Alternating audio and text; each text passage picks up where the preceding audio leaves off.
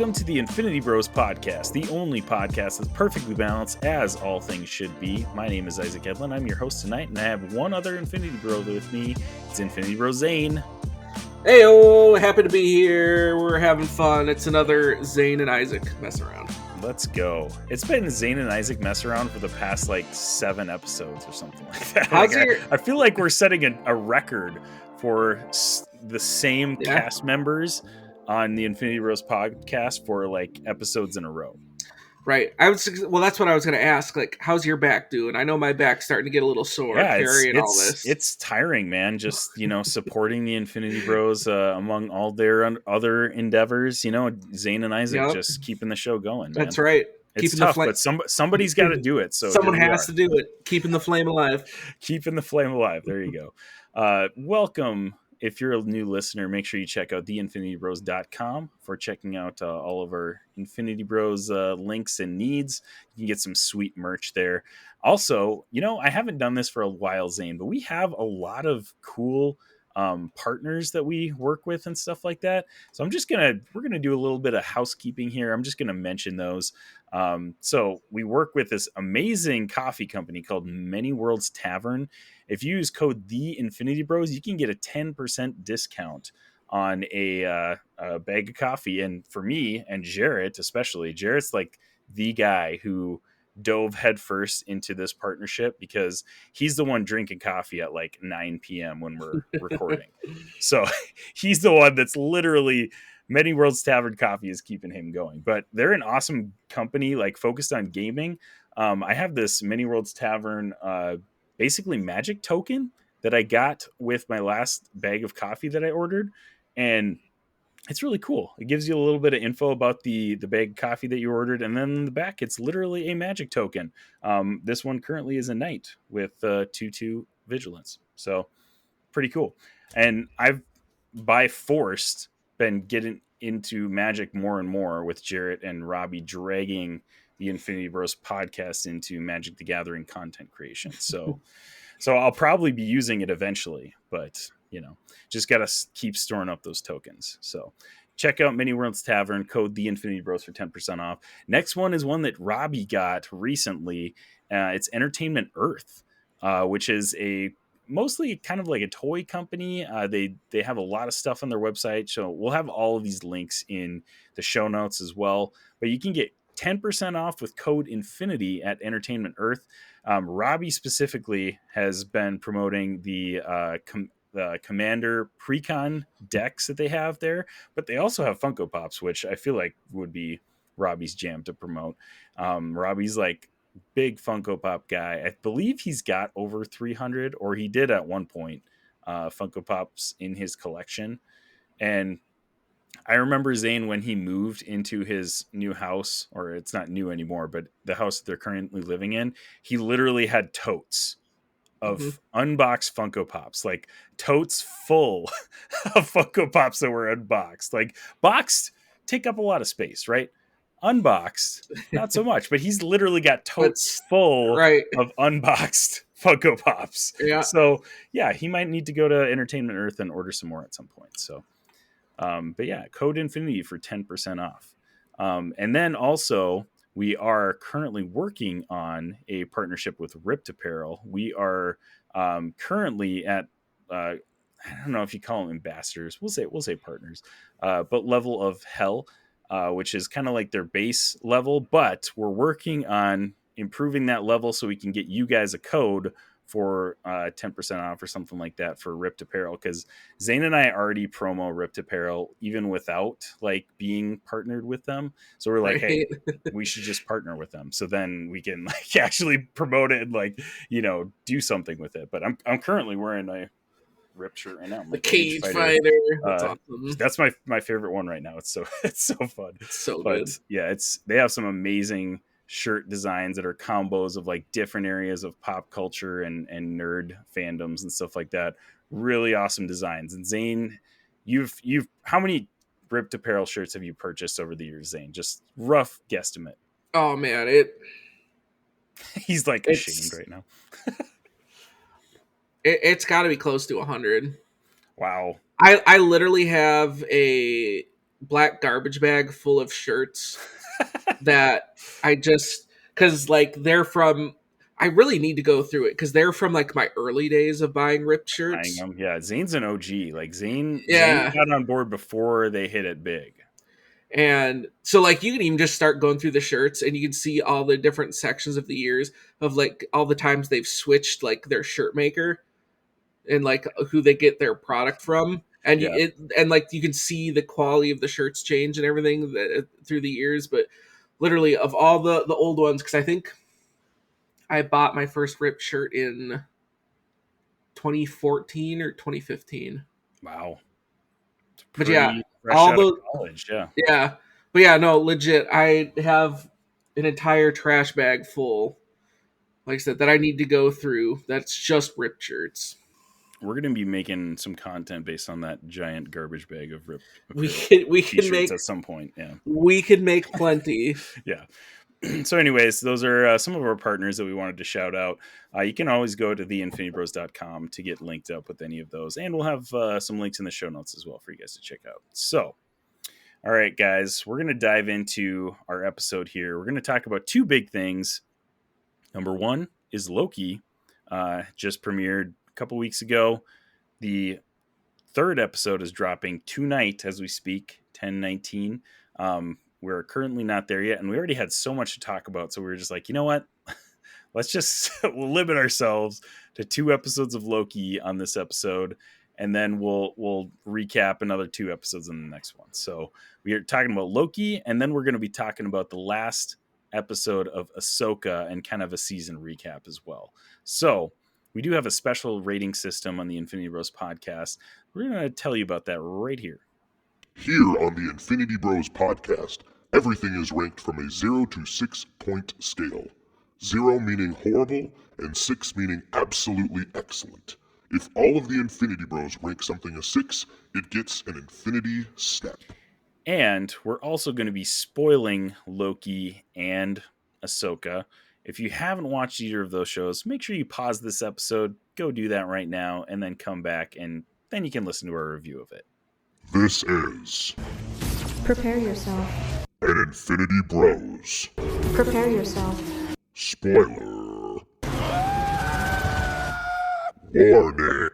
So that was your official spoiler warning. We'll just say for Loki right now, because obviously we're going to talk about Ahsoka a little bit later. But Loki, season 1, a couple years ago now already, which is kind of wild to think about that we're already, several years removed from that first season. Just to recap, Zane, what were your thoughts on season 1? Like, what would you rate season 1? And where does it scale on your list of like MCU TV shows? That's a good question. Cause yeah, now like you said, it's like, yeah, it's been a couple years since I've watched that because I was not the one to go back and watch through it like I probably should have. Especially just the nature of this show probably would have been really helpful. But Yeah, for real. I guess without dropping on a straight rating, like I'd say it's definitely in the top of what we've had for MCU shows. If not the top. Just because the content, everything it dealt with, and really everything that was in it did so much to kind of set up what was coming with like phase 4, with everything with Kang. Like you really, they were like, that was the first show that you felt like, hey, this is going to really tie into the movies. And now granted, everything else has started to play out and you're just like, is this still what's happening? You got a bunch of real world stuff going on. With Jonathan Major, all this other stuff. Mm-hmm. But like, yeah, as far as like the implication stuff go, that season, like it was very well done. It was very like, yeah, you had the speculation, and of course, it's just the characters, the cast. It was a very fun show to watch. Mm-hmm. So like season 1 still gets high bidding to me. Yeah, like I said, it's top of the shows, if not the top. I guess I would have to kind of re-go through everything and kind of recollect, but it's definitely in the top of all of them. Okay. I think I'm right there with you, and I actually did go back and rewatch Loki season 1 before season 2 dropped, and before my rewatch, I think I had it on number 2.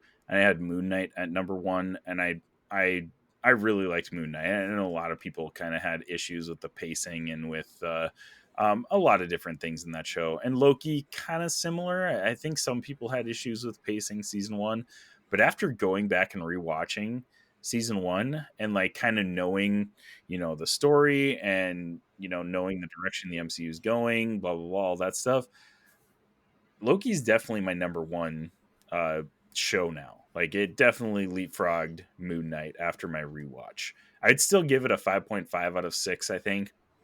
I don't think it sits, like, if I were ranking movies and projects together, I don't think Loki cracks my top 5. It's not like 6 out of 6, like the best thing ever type of thing, but it might crack my top 10, like the very bottom of my top 10, like somewhere in that range. Like, it's solid. It's really good.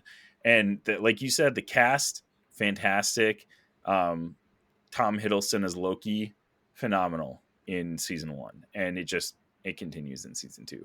But anyways, like, yeah, I think season 1 was great.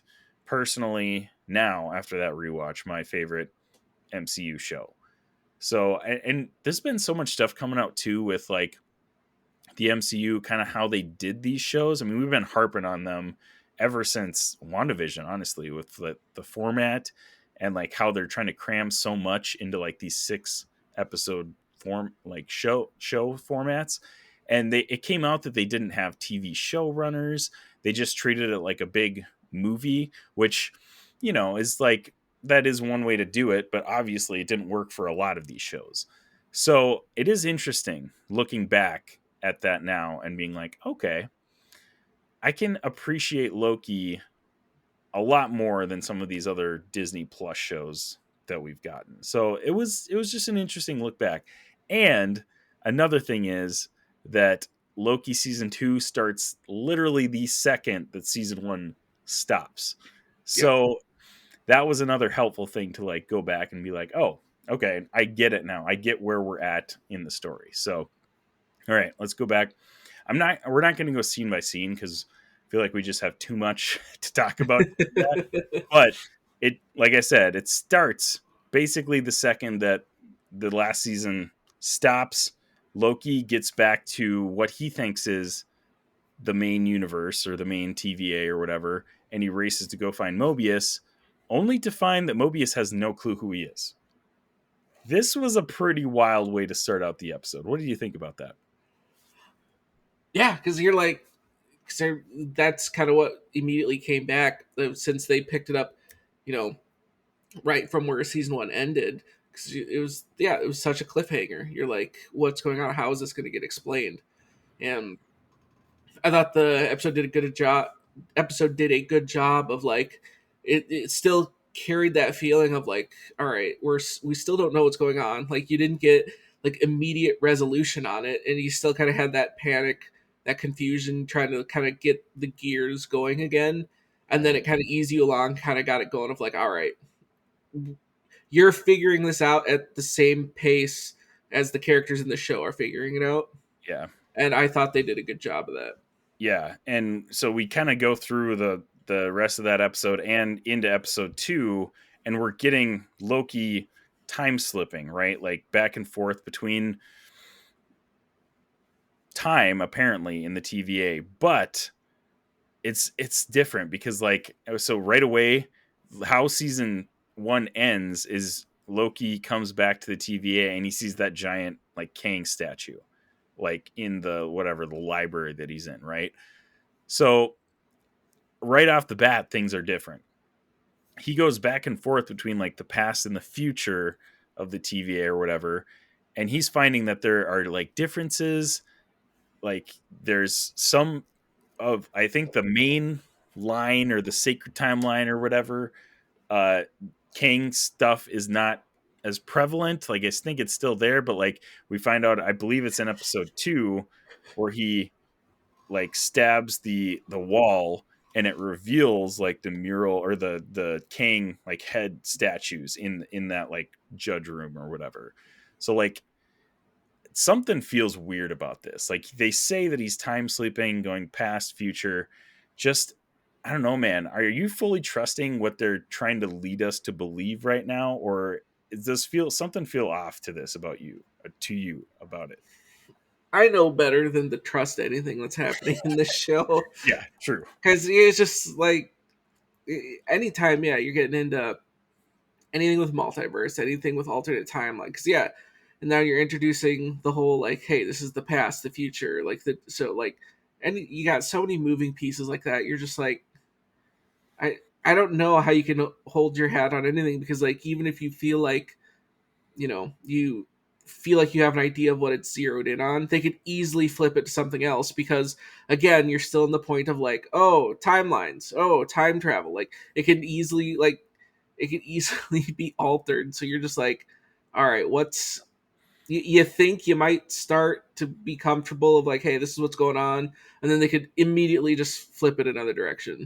And you think we would have learned our lesson with, especially with us at the Infinity Bros podcast, going so deep into those WandaVision conspiracy Right. theories, and like just about every single one of them being busted. You They're think we would just learn our lesson by now, right? they're just so much fun. I It is can't fun. help it. Yeah, you're right. It is fun. It's fun to go deep into those. And I feel like now, well, me and you, I feel like we've never had a problem with this. It's that Mark and Max combo that it's like they just get so deep into the weeds.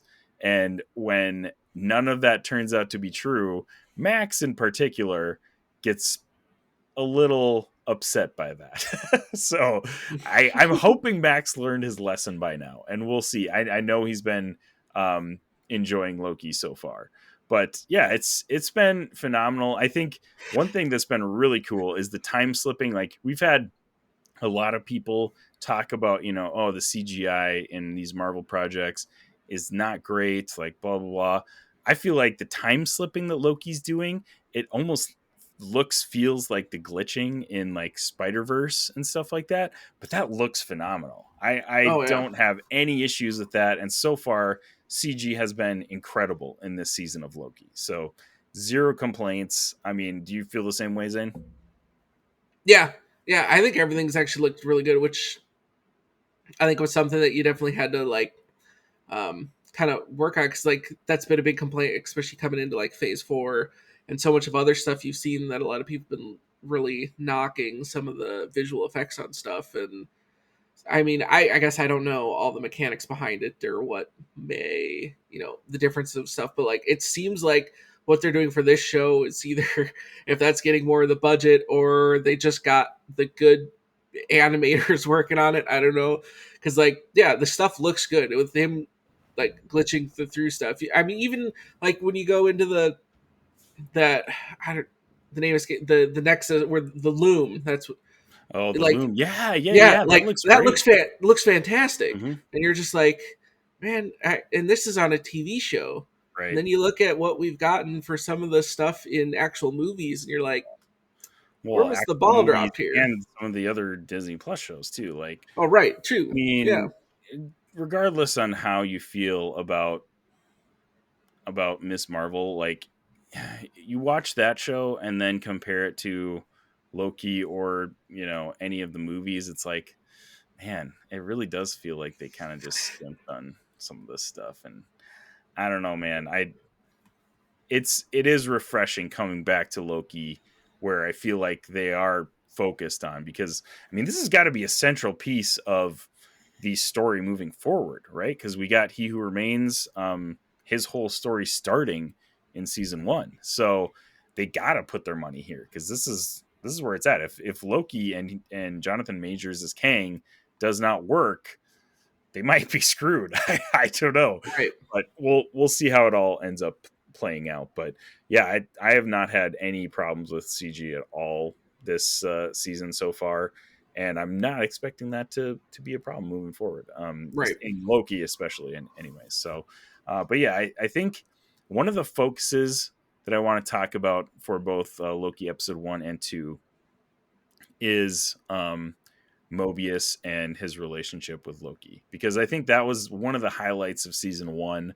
Owen Wilson, I'm still so so psych that we have him in the MCU. It's Oh so yeah, funny. fantastic. It's great. And all the stuff that we heard about him being in the MCU too, that he like never watched a Marvel movie before. And I don't know if any of that's true or if it was all just people talking and stuff, but like he doesn't care about the MCU. You know, like that's not what he's in it for. He's in it for like this role and playing this part that was given to him. And I think that's phenomenal. Like he plays that part so well. Him and Tom Hiddleston have just amazing chemistry. Like just Yes. give me like 4 seasons of buddy cop Owen Right. Wilson and Tom Hiddleston, and I'm fine with that. I don't Well, even care, man. right. Even if you just get like 4 seasons, even just if you just went like episode of the week of them going into different Yeah. timelines and Yes. solving mysteries, like Oh my gosh, that that'd would be be fantastic. It would never get old.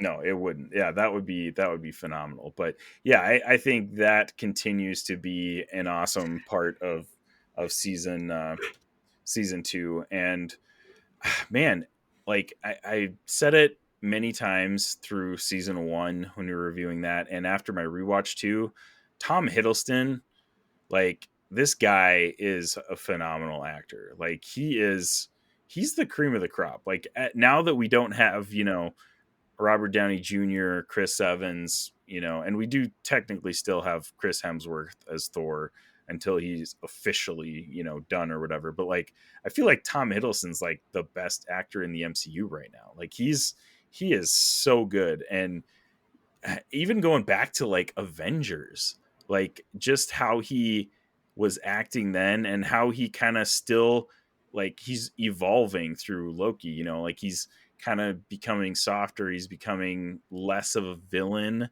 But then you get that scene in episode 2 where he like starts boxing up Brad, and Yeah.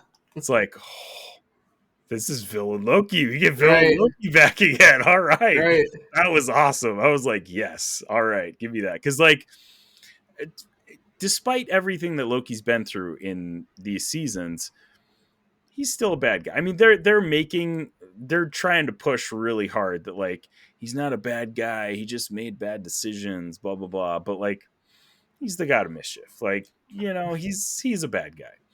So I like that they kind of flash back to him being a bad guy in there, and you can still be a bad guy and save the universe. Yeah, I mean, you All, can be a bad guy if there's no universe to be a bad guy in. So all that makes me think of is that scene from Wreck-It Ralph when they're having the bad guy meeting. yes, And it's like, yeah. just because you're a bad guy doesn't mean not you're a make you bad guy. Like, Oh my gosh, that's that's so Loki true. somebody needs to make that. Draw that Loki- picture in there. Yeah, Loki needs to be in there. in the bad guys therapy group or whatever it's called. Oh yeah, so good. But yeah, I think their relationship is awesome. Okay, now moving on a little bit. I think this is beginning of episode 2. We finally, because episode 1, we only see a very, very short clip of Sylvie at the very end when basically Loki's trying to save, the TVA, and he's got to get pruned. That was a really wacky way to end that episode. That was wild.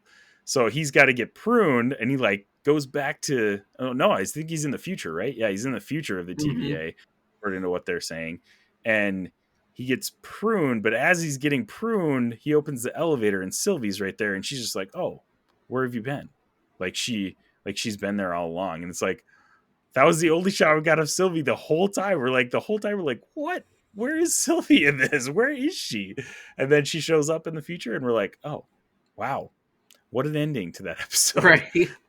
So we finally show up in episode 2, and she's working at a McDonald's in 1982.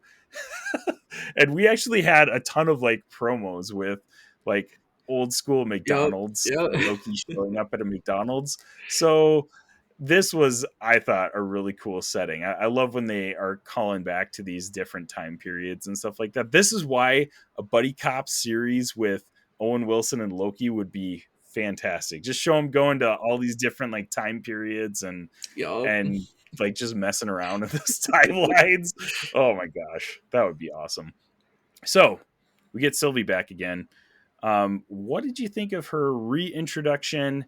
And she eventually gets roped back into going back to the TVA.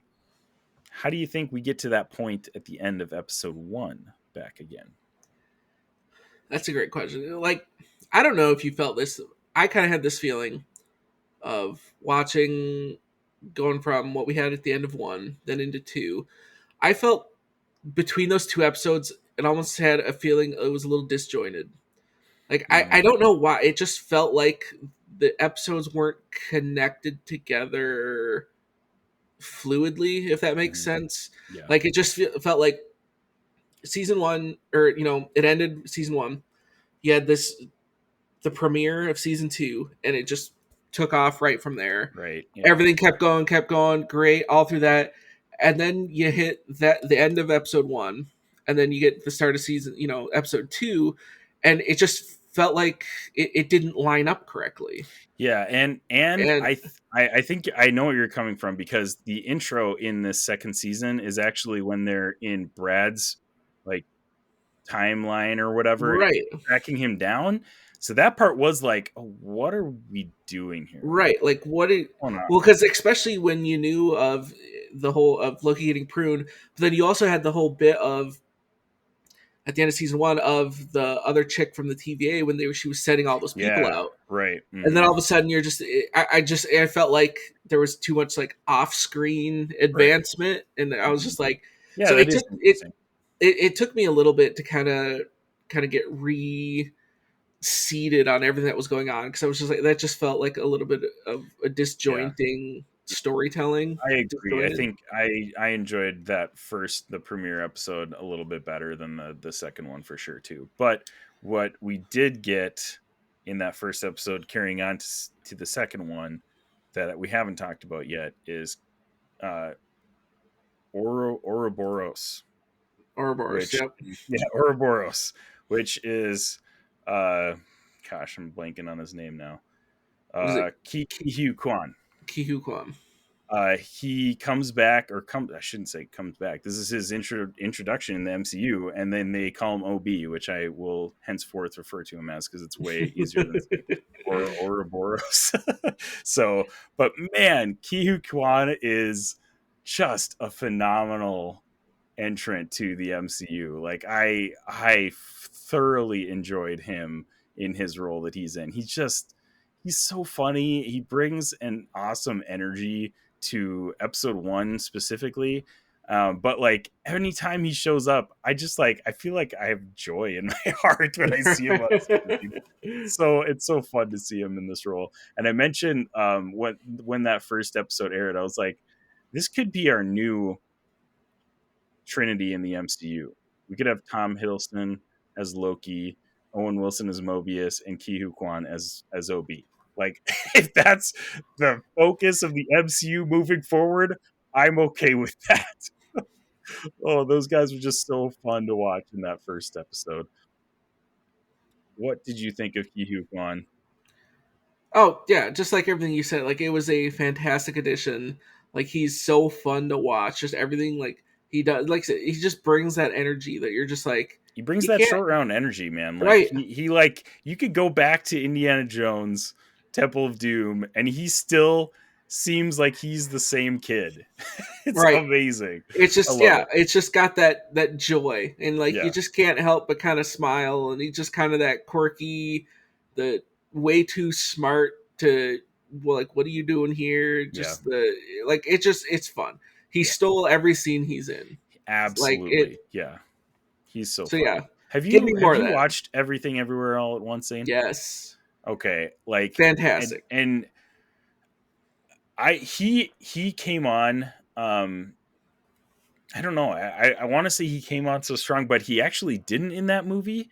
Like, he seemed like he was such a minor supporting role until like the very end, when he just becomes that guy who's pushing the main character, who I'm blanking on, to like do everything she's doing. And man, he's so inspirational in that movie. Like, it's again, and he plays the same role where, like, she kind of thinks like, he's kind of just lame and he's just lost it over the years type of thing. And he comes back at the end of that movie, and everything he says is just like pushing her to be better and do like the best thing she possibly can. Like that was such an amazing movie. That was, I think, was that last year? Yeah, was that last year? I don't remember if it was last year, 2 years ago, but that was my number one movie of whatever year it came out, because it was fantastic. I love that movie so much. But yeah, he keeps the same energy. He's just like such a happy, positive person that it just like bleeds into his roles, I guess. But yeah, I think him as OB is probably my favorite thing about season 2 so far. And the fact that he's like been around for thousands of years at the TVA, Right. like that was a really cool part, was when Loki's time slipping. He time slips back to, they mentioned like 400 years ago or something like that. And he goes to OB and he's like, hey, I'm time slipping. And OB says the exact same thing that he does in the future. Yeah. And he's like, oh, well, hey, help me make this thing so we can like figure this out. And then he makes it. And then 400 years later, he's like, oh, wait. I got that. Yeah. Actually, I do remember that. That whole scene was brilliantly done. Oh, brilliant. And like, I feel like time travel can be so timey-wimey, wishy-washy in like movies and TV and stuff like that. But like everything about that I absolutely loved. I was like, this is amazing. Oh yeah. So much fun. It was so fun. Yeah, I think definitely he's been the best. He's been, like you said, he steals the show in every scene that he's in. So I think he's been my favorite part of season 2 for sure. But yeah, so we let's see, just go back to my plot page here. So we get Brad, end up making him try to talk to figure out what's going on. We get villain Loki. Not quite, like he didn't go to the length of actually hurting Brad, but like you kind of thought he might have if Brad didn't just immediately talk. Brad's so sure that Loki isn't going to do anything that he just, when he actually does start doing something, he's like, oh, okay, fine. I'll tell you everything. But Brad, that was, I think I know what you're talking about though, because like going from, is it X5 is Brad's name? Yes. Like he's like a nobody character. They mention him in that first episode and like he shows up and he's just kind of there in the background. And then all of a sudden he's like a main character in episode 2 and you're like, oh, okay. Not sure where that came from. Right. But like that's what tied into kind of that confusion part of it. Like it just seemed some of that disjointedness between those two episodes. Cause you're like, wait a second. He's suddenly the focus now. And they're suddenly tracking. You're just like, it's kind of just that movie type stuff that you're just like, all right, you're kind of confused for 15 minutes, but then they kind of like reestablish the plot and the story and you're back in. It's fine, whatever. Yeah. But like that for those gloss over it. Right. For those 15 minutes, you're like, and then of course with the nature of the show, you're like, is that done on purpose? And we're going to get something revealed later on that was intentional? Or was this just like a rough patch in the writing? Yeah, right. Yeah, I'm not sure. Maybe it'll come back to, be important later on, but it did seem like a little odd detour for sure. And another thing that I'm like kind of getting odd vibes of is B-15. Like I'm not really sure how she flipped so hard from being like a high ranking, person that's pruning anybody and everybody. And then all of a sudden now she's like the savior of the timelines and is like crying when timelines are getting pruned in that episode 2. And I'm like, that seems like a really hard flip. Right. From being that person who did not care one bit at all and was doing her job because she almost seemed like she liked doing it, to suddenly those are people. Like, yeah, like those are people. what? Yeah. Huh? Yeah, that was a kind of interesting flip too. And I'm not sure, like, I've heard some people say like they don't trust her and they don't think she's fully on board and she might have still her own like motivations. I don't know if I'm to that point. Like, it just seems like they really want her to be a good guy for some reason. Well, So that's what just makes it weird with the whole show, because it's like you could say that with anyone. that's true. Like with Yeah. all the time, like there's another deep cut theory that I saw someone saying online of just to throw it off that the OB is the ultimate bad guy of this season. Oh my gosh! If you Like, made it flip right, as a right. bad guy, Like, could you okay. like I honestly well, wouldn't hate that though. So right? You're just like, okay, but you're just like, you're at the point you're like, you don't really have anything to refute it yeah, because you don't right, know. Like, it right. could go anywhere with any of these characters. Yeah. At this point, it's so early to tell. And do we have only 6 episodes this season again? Let me just I check that think out here. so. Or did they bump this to 8 too? Let's find out. It says 12. Oh, it says 2 seasons though. So yeah, it says there's only 6 episodes in this season. So yeah, I mean I mean after tonight we'll be halfway through. So, but like it's so hard to know.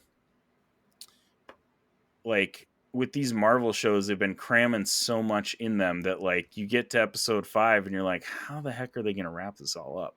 So like even being halfway through the season, we might have zero inkling to how this season is going to end. So, so we'll find out.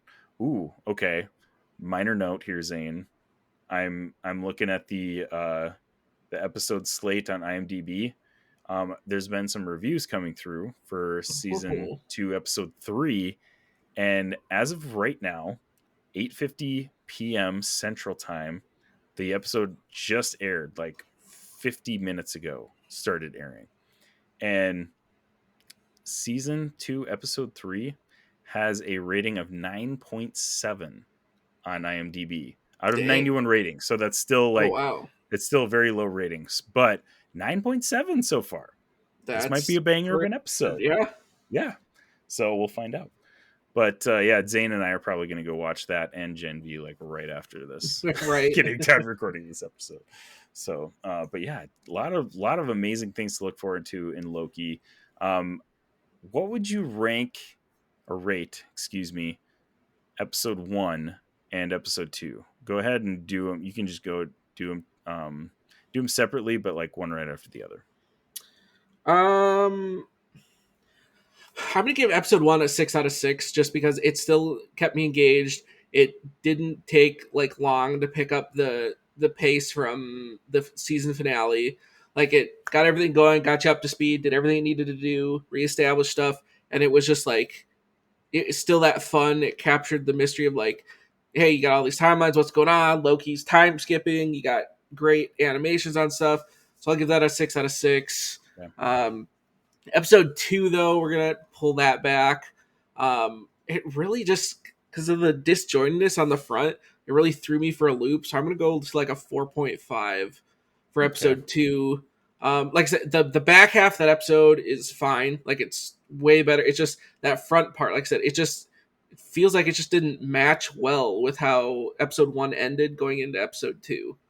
Right. Yeah. So really, I'm gonna give it a knock on that, because that front part, I felt like that should have been done better. Yeah, I'm gonna echo what you're saying about episode 1 for sure. 6 out of 6. That intro of OB is legendary. That scene, definitely gonna be one of my favorite scenes in Marvel TV, especially moving forward. So that one's a 6 out of 6. I think I'm a little bit higher on that one. I'll give it a 5 out of 6. It's definitely not perfect, and I do think you are onto something. It was a little distracting, but I want to give it a little bit of grace because I feel like it was a decent episode, and because I feel like now that I've rewatched the season 1, I feel like they do have a plan. So I'm gonna just trust that the writers they did that for a reason. I'm not sure yet. we'll come back to this after the season is over, and That's maybe I'll fair. change that. Who knows? But so far, it didn't bug me enough to really drop it down any further. So 5 out of 6 on that one. Definitely was still like a fun Loki episode. Nothing like too crazy bonkers going on. So 5 out of 6 for me. But yeah, definitely lots of cool stuff. Looking forward to. Stay tuned. We are going to be reviewing Loki as long as it comes out here. So next week, we're going to be reviewing probably episodes 3 and 4. And then, well, maybe we'll see. I don't know. Depends on what time we record next week.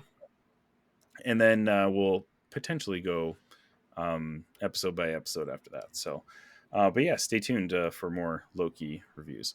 You ready to get into Ahsoka, Zane? Absolutely.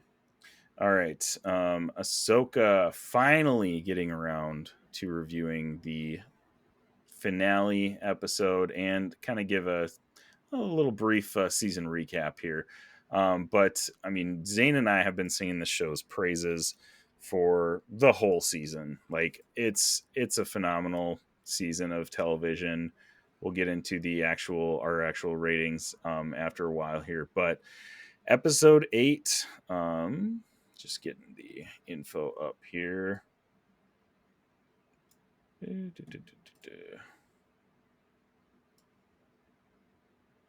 Episode 8, The Jedi, the Witch, and the Warlord.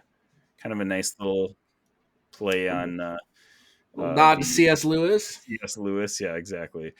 We finally get the kind of the final confrontation, final battle between Ezra, Sabine, and Ahsoka coming up to try to stop Thrawn. I guess we'll give an official spoiler warning again here. If you had listened to Loki, hadn't listened to this one, make sure you have watched the last episode of Ahsoka before listening to this. So here we go. Unsuccessfully. That's what I was going to say. That was a spoiler. They don't stop Thrawn from to the main universe. Right. So what I've said this whole season is that Thrawn at the very end of the episode is going to come back to the main universe, which he does. But we did have some quite interesting developments in this episode. So we finally get confirmation of the Night Troopers. There's still some wishy-washy stuff going on here. So, okay, we get the Night Troopers resurrecting as zombies. To me, it was not really clear if they were zombies prior to being resurrected. They seemed like they were normal troopers.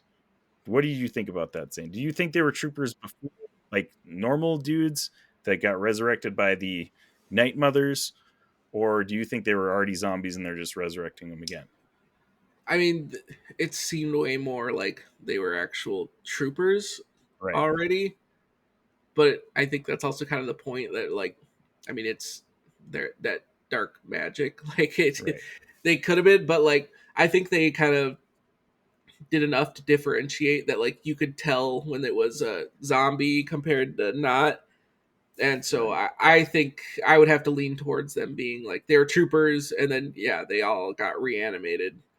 Because then they were very much with zombies. You on that too, because like then when they come up to the like big like platform or whatever, and they have that kind of final showdown with the Death Troopers. The Death Troopers are definitely zombies. Mm-hmm. Oh yeah, they blow their helmets off, and it's a zombie. Yep. So that was cool. I like that they did that. They showed the zombie face, but that means part of his army is definitely already zombies, right? But they made such a big deal of resurrecting the Night Troopers that went down there that it makes me think that those guys were actual real troopers. Like, why would you make a big deal of resurrecting guys that were already zombies? I just that wouldn't make sense to me. Well, I mean, but either way, I guess that's the whole point of that magic. Because it's like, whether they're alive or already zombies, the whole point is that you can keep resurrecting them. Like, you have an army that, in essence, can't be completely killed because you can just keep resurrecting them. Right? You know. Yeah, but that was cool that we finally got confirmation of zombie troopers. We have zombies in Star Wars. Yeah, right. It's awesome. It's awesome. I don't know. I've been hearing some people complain about like the Night Sister storyline being such a big part of this season, even though it really hasn't been explained or brought up in live action before. But I think I don't know. It is hard because like this whole season has been like a lot of just going and expecting you to know who these Right. people are and like their backgrounds and stuff like that. So yeah, I guess if you have if you never watched the animated shows, you haven't seen a whole lot. Like if you haven't played the games, you haven't played like Fallen Order and Jedi Survivor, you might not know anything about these, and that might weird you out. But either Right. way, zombies in Star Wars is still pretty cool. So Right. I'm okay with it. Right, exactly. Like you got this big, huge universe of all this stuff. Like, yeah, why can't it have zombies? Now, granted, yeah, it's not your classic zombie. Yeah, they're being resurrected by man, but it's just still like, Mm, why not? Like, yeah. combine it. Like, it's what we're here for, you know? Yeah, right. Yeah, I think that part was really cool. No complaints about zombie troopers. I liked how they changed too from like looking like normal troopers to when they got resurrected, they had like that green glow in their They had the eyes. green They're just like glow. They had like the doing the zombie zombie shuffle, right? shuffle. Yeah, It was, yeah, that that was was cool. awesome. Yeah. But yeah, a lot of really cool things. Cool final showdown. I felt like and then actually early in this episode, I think the Night Mothers basically make uh what's her face a true Night Sister. Is that kind of what you got the vibes of, or like it's weird because like they're translating different into live action than they look in animated. So I'm still a little fuzzy on like the exact details. Morgan Elsbeth, that's who I was talking Yes, about. yes. But like, so the Night Mothers have this like kind of like dark makeup on their eyes. It's like kind of ill-defined like shadows on their face, whereas like you look at the Night Sisters in animation, they have very defined like tattoos and like markings on their face. So they're different, and they call them Night Mothers like in this because they're Right. powerful, like supposedly descendants or stuff of this race, right? So that makes sense. But it seems like they make Morgan a Night Mother because they give her the same markings that they have, which to me is like, she's just this, like, she barely even has Night Sister powers, but they're just giving her full Night Mother powers now. I don't know. That part felt a little weird to me. Like, I don't know. And it is because it's not been seen in live action before. I wonder if that's why they did it that way, just to like, for continuity's sake. Like, hey, Right. they're Night Mothers, now they're making her like her. Like, Right. that makes sense to me. But at the same time, being a nerd animated like Star Wars fan that's watched those shows, I was like, what's going on? Makes me want to pick apart some of that stuff. But Right. Well, I suppose part of that too is just like they kind of had to. I guess I kind of take that they kind of had to make her like them because I felt like that's also what gave her access to like control the army true, to that's true. resurrect because like they did the ritual to like resurrect, but like I feel like she needed that because obviously that whole final fight's going on and stuff and all that's happening clearly Morgan Elsbeth is controlling all of them. Yeah. So Right. I think that's what part of that was to be like, hey, you're not in our club to control all the zombie troopers. Let's make you part of the club. But You're at the part of same the club time, now. right, even with all the Night Sister stuff, like, you know, we got like glimpses of that. Because, I mean, even from, like, in Clone Wars, like, Mother Talzin wasn't the mother. Like, you go back in some of Yeah. the other episodes, like, she was just a regular Night Sister. Right. And Yeah. then went through all the stuff to become the That's what I was mother. gonna say. That like these Night Mothers supposedly seem to be either originators or like descendants or ancestors, I should say, not descendants, of the Night Sisters that we know in the current universe. So I don't know. We don't know how time works between these galaxies and stuff like that. Like maybe, when all of the Night Sisters emigrated to the main Star Wars universe and to Dathomir, maybe over the years they've like changed and like adapted, you know, to Right. whatever their environment and like whatever they've got going on too. So it could just be that like the Night Mothers are just Night Sisters, and you know, obviously they're probably more powerful than the average Night Sister because they're kind of the originators of their Right. race or whatever. But you know, they might not be so much different. It's just they're in a different galaxy. They might be different. Who knows? So yeah, I don't know. That part was just I just noticed that and I was like, oh, okay, that's interesting. But you mentioned Mother Talzin. She gets the Blade of Talzin, which is a Yep. kind of a cool Yep. callback to that's Clone Wars, right? Or is Yeah. that Rebels? Yeah, that's Clone Wars. That's Clone Wars. Is there Night Sister stuff in Rebels at all? I'm like Um, trying to remember if that's a callback at all, but I don't recall. I don't think it's in Rebels because I It's feel all like most of it's in Clone Wars for sure. yeah, because I'm pretty sure the whole kind of the Night Sister stuff is kind of wrapped up by the time you get into Rebels. Yeah, right. Because like Mother Talzin isn't around anymore. Yep. But I suppose there's the Night Sisters and everything still on Dathomir. I guess they just didn't have a mother anymore. Yeah. So here's another question.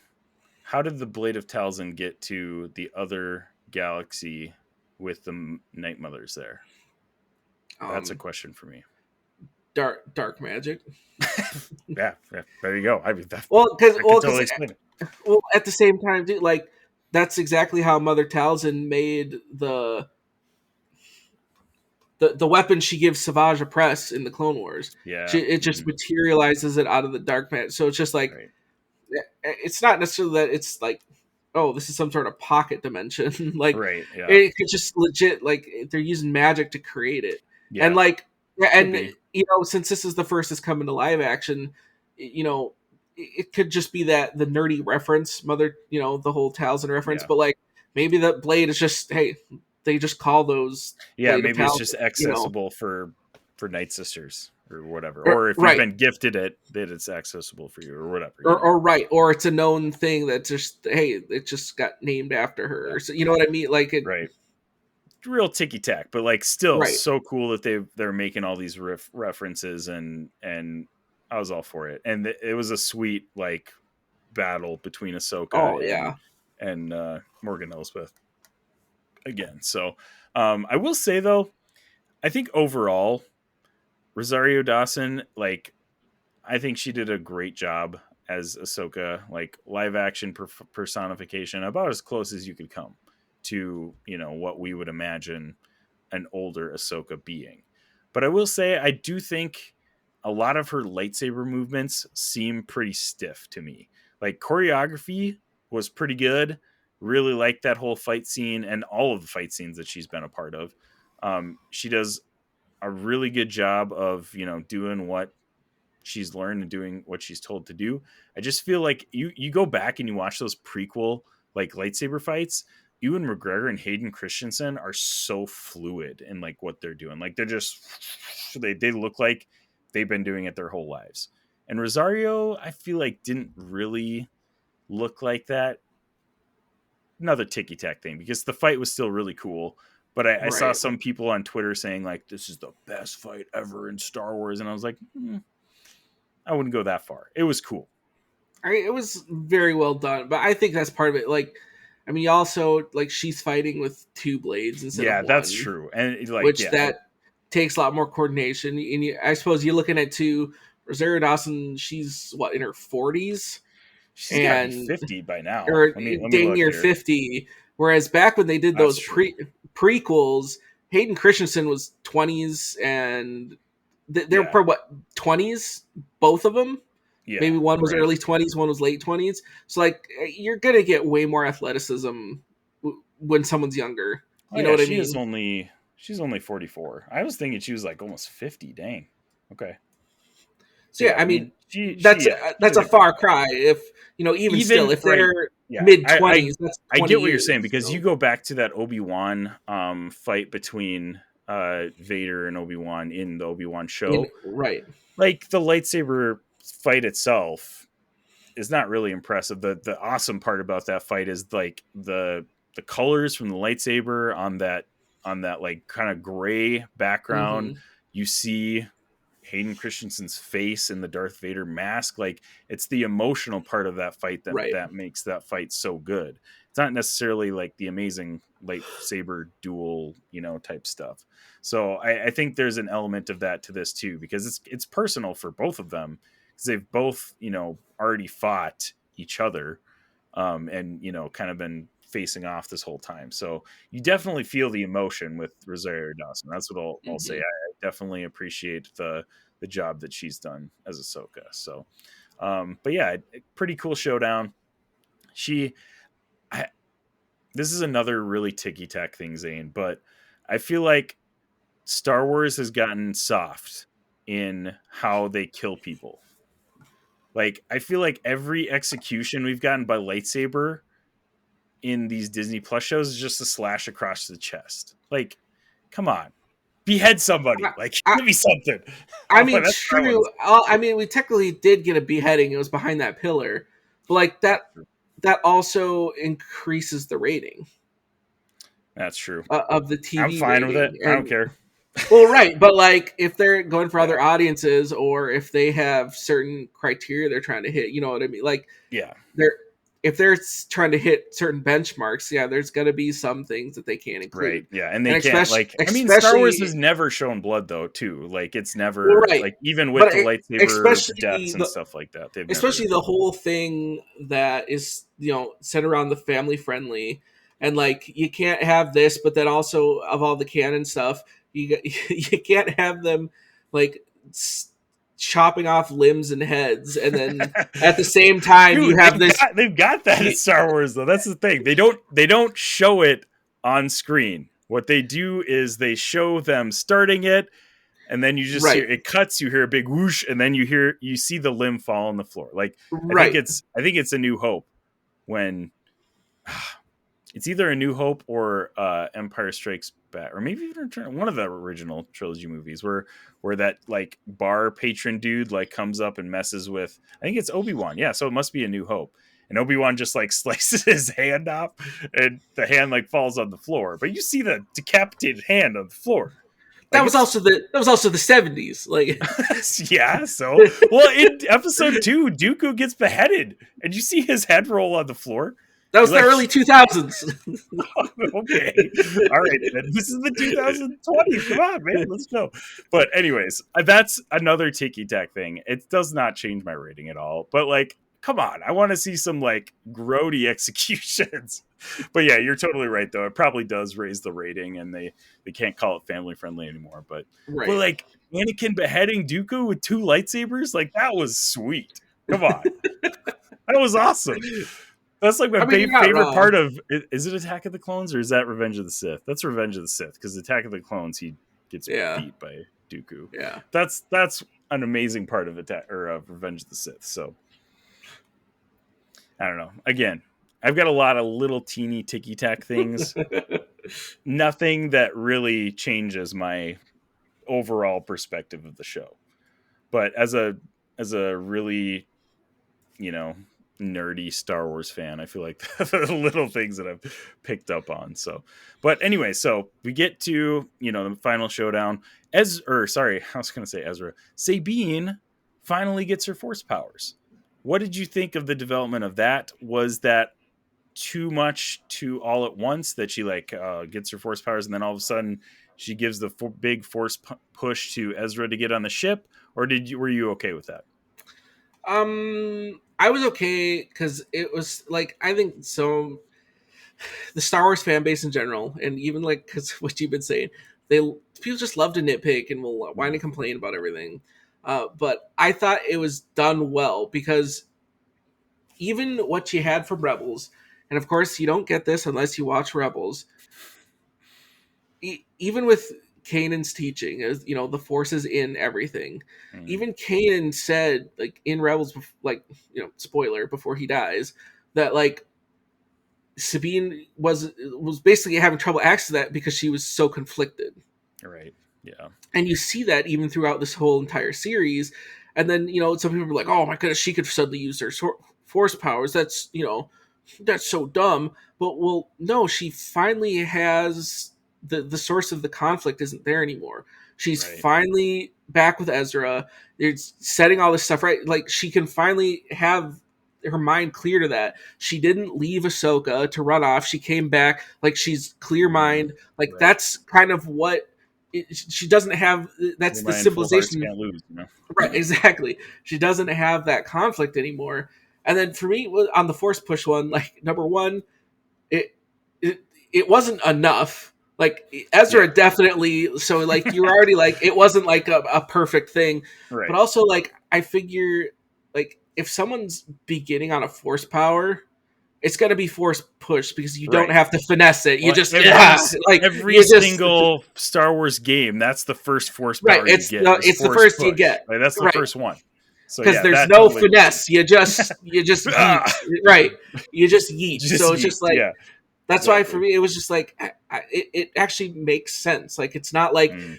oh, Sabine, I need you to like hold me in place Yeah. while I do like no, it's just push. Like I that's think it. You know. the only complaint, not even a complaint, the only thing I'd say about that is I wish they would have like teased her Force powers like maybe in an episode or two before that, just like little tiny movements, like the lightsaber initially, when she was like gonna grab it, when it started like just like flickering or whatever. I wish we could have gotten maybe a taste of that or two in a couple other episodes. See, I Not guess enough to move anything, not enough to like. She's still frustrated because she can't use her Force powers, but I feel like that would have made it a little bit more I guess believable to me. I'm on the opposite end of that. I think it was well done for what it was because I think if she was able to wiggle it or the little bit, I think that would have been less of a focus on the conflict she was going through.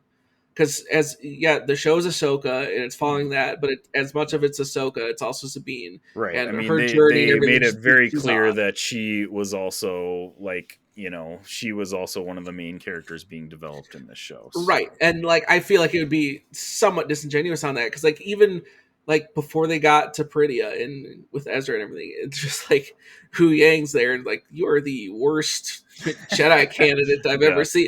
It's Yeah. just like everything was against her, adding to that conflict, adding to that negativity. I felt like it kind of would have been somewhat of a betrayal if she could all of a sudden wiggle. So Yeah. she had everything going against her, and then finally stuff was starting to go right when she gets back with Ezra. When all that started going on, and she finally gets to that point where she can start letting stuff go. Because I think, Yeah. and so I think it had more of an impact that way. Okay. Here's one thing that I thought prior to the finale episode that I would have been okay with. I think I don't know if it would have been a better path for her because ultimately I like where she's at. Like I think the finale was a good ending, but before the finale, I was like, man, what if she just gave up on being a Jedi completely and just accepted herself for who she is, a badass Mandalorian who can get things done without the Force? What if she just gave up on all that and was like, you know what? I'm fine with being who I actually am. And I was like, if they did that, I wouldn't be mad. I think that would be a good, and I think that would be true to her character too. But I think what she did was also true to her character. And I'm fine with how it ended. But that was one thought I had before. I was like, I mean, if the resolution went the other way instead of going to be a Jedi, but she still got that character development. She still is good with where she's at. You're almost in the same place, obviously in different sides of the spectrum with her being a Jedi and not being a Jedi. But I was like, oh, you know what? I think I'd be okay with that. But it ended pretty well. She made like you said, the decision to stay behind and help Ahsoka. Ahsoka and Sabine get stuck on Peridia. So what do you think is going to happen with that? Do they even get back to the main universe? Because obviously we know sequel trilogy, they don't seem to be around, which is also years down the road. So who knows what happens in between there. But do you think we get them coming back to the main universe to face down Thrawn for some, like maybe the Filoni movie or something like that? I think so. Like it's got to be all that sets up for the movie because it's just like even with the sequel, like we don't see anything with Thrawn either. So it only makes sense that Thrawn gets taken out, and it has to be from Ahsoka, Ezra. You know what I mean? Mm-hmm. It's kind of the characters for the self-contained story. It's split up, but like they all come back together somewhere. And like I think that's what ends up tying into everything that Bale and Skull's off doing. That's going to be obviously the key to how they all get back Yeah, into the definitely. I think main so. universe. That was And that was the most sore ending I've had of a show for a long time. Like watching Balin finally go like head towards his destiny, and then knowing that we're not getting Ray Stevenson back as Balin Skull again. Oh, that was so sad. But I love the character of Balin Skull, so I do hope they go ahead and like recast, somebody else that, I mean, it's going to be tough for them to live up to Ray Stevenson's portrayal as Balin Skull, because he's legendary in this series, man. Every episode, me and you both were like, Balin Skull, he's so mysterious and intriguing, and he was like the main thing in this whole series that we were focused on, I feel like. So the fact that we get him at the end heading towards potentially what you mentioned in episode 180 of the Infinity Bros podcast, Abeloth, right? Is that the Abeloth? I think is what it's the name of it is. So we get Balin Skull standing on epic. Oh my gosh, it was so cool when they panned up and it was like the Lord of the Rings giant statues, right? And he's okay. I was in awe of this whole epic scene. But when I saw him standing on the finger, I was like, why are you on the finger? Like, why are you way out there? You're just going to have to go back and climb down the mountain. Walk all the way back around. You're going to walk all the way back, man. Why are you standing way out there? But even so, like, I don't even care, because that was an awesome way to end that. It was a very epic shot. It was such a cool shot.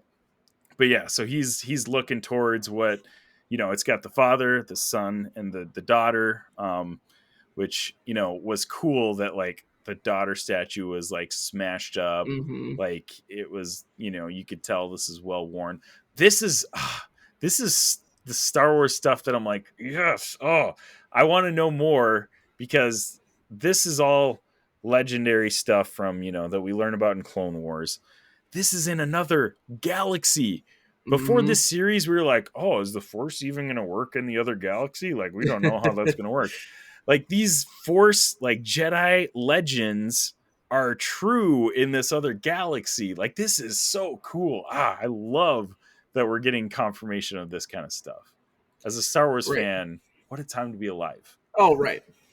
Just so much fun. I'm going to let you take it from here, because you were the one that were like, this could be Abeloth. So that's the theory. If you want to know more about Abeloth, we won't spend a whole lot of time on it now. Go back to episode 180 of the Infinity Bros podcast and learn a little bit more about that. But I mean, nothing that we said in that episode really can be disproven. Right. Like, everything still holds. So what are your thoughts moving forward with Balin Skull and what he has in store? Well, that's the tough one, because you're just like, they didn't really give enough to make a solid basis on anything there. But they gave just enough to be like, hey, I think, you're getting into this, because you're like, because even you go back and you watch those episodes from Clone Wars, and the whole point was that the father had Anakin to come there because he didn't want to be the balance of the Force anymore between the son and the daughter. And so the whole point was to have Anakin kill him, and then the Anakin would become the balance.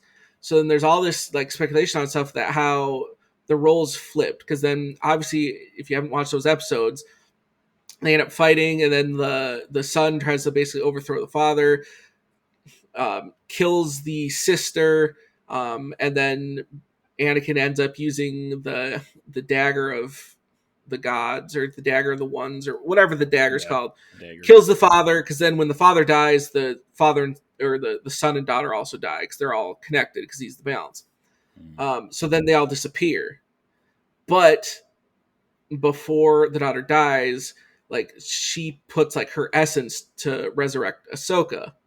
And then even after she dies, she takes the form of an owl. Mm-hmm. What do you see at the end of Ahsoka that flies, that Ahsoka sees before she goes to overlook it's that owl. And I believe the owl's name's like Morai. Morai. Yeah. And that's what people speculate. Well, that's like the essence of what the daughter was.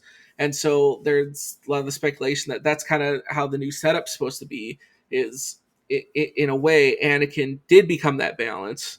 And now Ahsoka is going to be the representative of, she's the new daughter.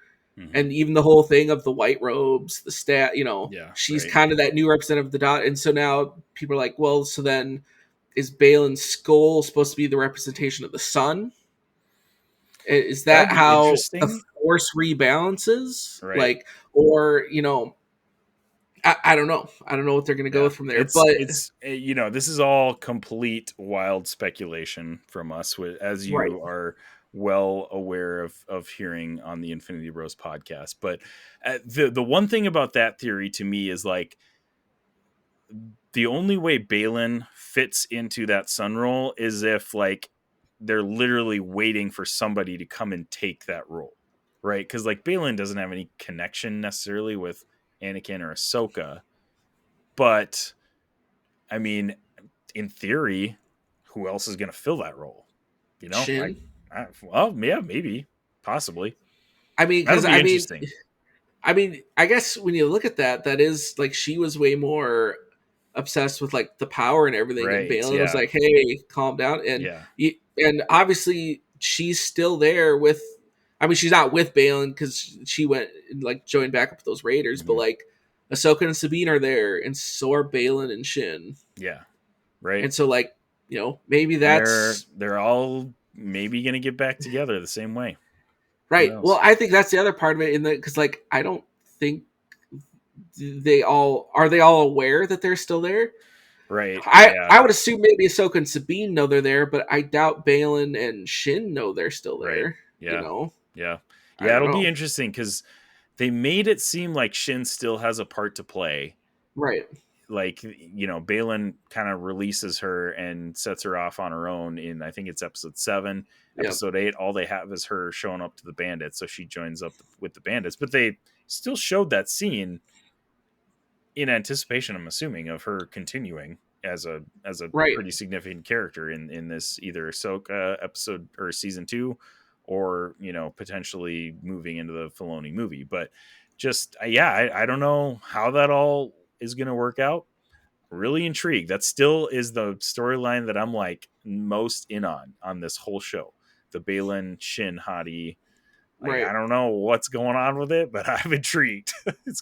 I mean, at the same time too, you look at it, you're just like, even I guess it's the decent job of what you say of like, they left it open ended. You're just like, you're not closing their story, so there's definitely more you can do with the character. But at the same time, you ended it enough that you're like, where the character is. Yeah. That it's just like, it's like, even it wouldn't take much exposition to get that character back into a timeline somewhere. Yeah. Like they just, it was well set up. It might not have been the most satisfying of what's going on, but it's well set up that they can be brought up to speed in few, Right. I'm assuming the Filoni's movie. Yeah. Right. And that's, Filoni's movie's got to be the resolution to all this, because they have not confirmed Ahsoka season 2, but there's been so many people talking about it that I would be shocked if it doesn't happen. Because I don't think you could really wrap up all these storylines that they've started, and plus the Mandalorian and like all the stuff going on with all the other shows. I don't think you can wrap them up in one movie. Like, there's got to be a little bit more resolution before you get one big bang movie that can resolve everything. So, I don't know, man. I'm assuming there's going to be a Ahsoka season 2. But, okay. Moment of truth, Zane. Season 1. What did you think of the finale? Rate the finale. And what did you think of the season as a whole? And rate that as well. The finale... I'm going to give the finale a 5.5. I think the finale is solid 5.5. And then I can look at it and say some of it's the nostalgia glasses. But I also think coming from watching Clone Wars and watching Rebels, it definitely has a much larger impact when you watch Ahsoka. Agreed. And from that lens and knowing that and seeing that story all play out and how that all connected, like I cannot give this show a 6 out of 6. Like, and I know Filoni said that too. Like, hey, this is Rebels season 5, and because that's live action. That is a Rebels season 5, but like it didn't miss that story. You can go from Clone Wars to Rebels to Ahsoka, and it's still a complete thread. Yeah. Like you're still getting all of it, and I think Right. that's very good storytelling when you can do that. When you can I switch mentioned on mediums. a few different episodes of the Infinity Bros podcast as well. If you showed me this script, I could absolutely see it as an animated season. Right. Like I would have no question believing that this is an animated show. If you just showed me the script, like Oh yeah. it played out like an animated show. So yeah, it was Rebels season 5, and I loved it for that. But I am on the same exact page as you, Zane. I think this finale was good. It was fun. It wrapped up the storylines enough to be satisfying, but then also left us excited for more. But I don't think it necessarily was like the best episode of this season. Like 5 and 6 to me still were just so stinking good. Like I can go Right. back and watch those episodes out of this whole season for sure. But I'd give this one a 5 out of 6.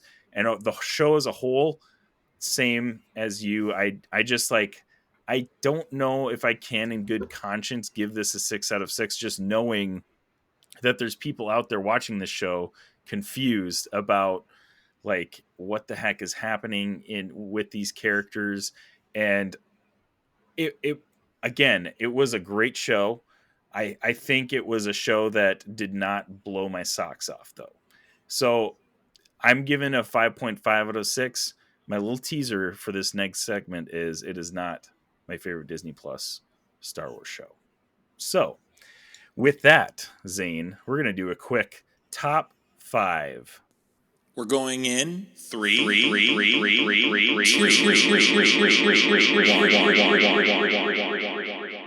You're entering the top 5 on the Infinity Bros podcast. Starting now. So, with Ahsoka coming out, we now have 5 live-action Disney Plus shows. Zane and I are going to cap off this episode by ranking these shows in order of worst to best. I mean, worst, I put in quotations because Zane and I probably have our worst show at like a 5 or 5.5 or something like that. So, because we're just big Star Wars shills. So, anyways, so bottom to top, Zane. Should we go back and forth or just list off the whole list? What do you want to do? I mean, either works. Back and forth. I feel like our lists are going to be pretty similar. So let's go. I was going to say, I feel like it's probably similar. Okay. Number 5 here. Mine is Book of Boba Fett. I'm assuming that's what yours is too. Yeah. Okay. It's Book of Boba so Fett. I think I rated that one a 4.5 out of 6. It was still really fun. It had a lot of fun things in it. It's fun. The last 3 episodes are leagues better than the first 3. So Amen. if you're watching Book of Boba Fett, maybe just skip to the last 3 episodes. You're not really missing much in the first 3. But and the last 3 episodes honestly play as like a Mandalorian season 2.5. Right. They're just so much fun. Like, they're a lot of fun. They do a lot of fun things that I know you in our review compared Book of Boba Fett, that last episode where Boba Fett is riding the Rancor. It felt a lot like a monster movie, Right. You're just like, it's just cool. Like, yeah, it's just fun. They did some fun stuff. It was just not a very cohesive show as a whole. Right. Is what it comes down to me on that, like we said, like, oh my goodness, we have zombies in Star Wars. Like, we zombies too, but it's just like, as your kid, what's the coolest thing is you're playing with your Star Wars toys. I'm going to have this guy ride on the Rancor and you're going to fight. And you're just like, It just felt like you kids grabbing toys out of a toy box. And you're like, it's crazy. It's wild. Give me that. That's what I want to see in Star Wars. Yep, I agree. So number 5, both of us is Book of Boba Fett. Number 4, drumroll. What is yours number 4? You can go first this time. My number 4 is Kenobi. Same. Are we gonna have this? I think we might have a different 1 and 2 though. We'll find out. But my same is Kenobi. I love this show because I love Ewan McGregor's Obi-Wan Kenobi. He's my favorite Star Wars character of all time, and I am just so jazzed that we got him back as Obi-Wan for this show. But there were a lot of weird things about this show. Most notably, they had and young Leia was fantastic, but they did some weird things. They had that weird chase scene Yeah. with the bandits, and they made it this big deal, and it was why are we watching this 8-year-old run away from a bunch of adults? This is weird. Right. And I feel like that was another show that maybe didn't flow quite as well as other shows, but Hayden Christensen and Ewan McGregor and Obi-Wan Kenobi, chef's kiss. It was so fun to see them together. 100%. Yeah. Do you have anything to add on Kenobi? Well, I think Kenobi's the epitome of that show that there's the show itself was forgettable, but it had very awesome moments that those are the moments you're going to want to go and rewatch. Right. That final fight, like you kind of talked earlier, the gray setting, but you got the light of the lightsabers. That fight as they're throwing boulders at awesome fight. I'm getting goosebumps right. just thinking about it. Right. Just watching that alone, or even earlier when the rebels go to escape and Vader walks in and he just grabs the shuttle with the Force. That is a sweet Star Wars moment. Yeah. That's what it has those sweet moments, but the series in general, for the most of it, you're just it's just forgettable. You're just but it has the really cool moments. Right. Yep. Totally with you right there. All right. Number 3. My number 3 is, maybe this is where we start to differ. I don't know. We'll find out. My number 3 is actually Ahsoka. Oh, no, this is where we're different. Okay, all right, we're different. Loved it. We've already talked about it a lot. I think Ahsoka was fantastic, really fun. I can't put it above these, and I'm pretty sure I know what your number 3 is because I don't think you liked it as much as I did. So go for it. Oh yeah, my number 3 is Andor. That's it's the only way because it's the only 2 we have that are flipped on. It's just great show, super fun. It's fun to see the other stuff going on in the Star Wars universe, but at the same time, you're just it was well done for what it was, but at the same time, that's not it didn't scream Star Wars to me. Good show, good content, great acting, but you could set that in any universe for that show and it would still be a good show. Right. I just felt it didn't have the big things that you're hey, this is Star Wars. Right. It just didn't really have that. It had its own epic moments, but it didn't have the Star Wars moments or as the amount of Star Wars moments you'd want. Yeah. Gotcha. All right. Number 2, you go ahead with your number 2, Zane. My number 2 is Ahsoka. Okay. I said, I feel that's where the flip was. Right. Like I said, maybe part of that's nostalgia, but I just seeing the whole story, like I said, what you got from Clone Wars and through everything with Rebels, it's one of the best, in my opinion, one of the best spun stories we have in the Star Wars universe. Yeah. And just the continuation, and it was just fun. Like I said, it's like watching Rebels season 5, and it's fun. It's a lot of fun. To kind of counter everything that I said with Andor, everything with Ahsoka, so much is this is Star Wars. This is Star Wars. Right. This is Star Wars. This is what you're watching it for, and that's what it gave me. And so I'm that's why, for me, it's number 2. Agreed. Yep. My number 2, I'm actually going to shock you, Zane. My number 2 is The Mandalorian. Oh. Yeah. I absolutely love this show. And this is splitting hairs big time because The Mandalorian could very easily be number 1 in my book as well. I feel like season 3 is the reason why I have it number 2 right now. Still super enjoyable, still loved it, but I don't think season 3 was on par with season 2 and season 1. It was just a slight decrease in interest to me for that season. I think they did a great job of wrapping everything up and still would rank season 3 probably higher than a lot of seasons of Star Wars TV. But The Mandalorian is my number 2, which I've at least put Andor at number 1, and your number 1 is The Mandalorian. Mandalorian, yeah. So yeah, what number 1 Mandalorian? You said Ahsoka was number 2. I mean, that's a pretty significant difference, I feel like, between Ahsoka and The Mandalorian for you. Is that true? Yeah. I mean, Mandalorian kind of just still takes it with the bullet. Like, it's still the number 1. Like, it's not super close for 1 and 2, but yeah, it's definitely number 1 for Mandalorian. Yeah. So to me, I put Andor number 1 because of the reason you mentioned. Actually, this is such a good show that if you know nothing about Star Wars, you could still like this show. Like, I think it's that good that almost anybody could watch this and enjoy it. And I think the one thing that proved that to me is that Max's dad watched this and loved it. And I was like, if Steve likes this, right, then literally anybody can like this show. So, but yeah, I think Andor was fantastic. I do agree. It didn't give you those big Star Wars moments, but it had its own moments that, man, I just think back to that one episode where you had the monologue from Andy Serkis, and then like 5 minutes later, you had the monologue from what's his name? Stellan Skarsgård? Stellan Yeah. Skarsgård, I think. Stellan, yeah. I think, yeah. But both of those were so good. And the whole show in itself was just phenomenal. As of right now, that's my number 1. But like I said, Mandalorian and Andor they're right on the same tier for me. They're so stinking good. So that is our top 5. If you guys have any differences in your top 5, let us know. Hit us up on theinfinitybros.com, Facebook, Instagram, Twitter, TikTok, YouTube, all the things. All of it.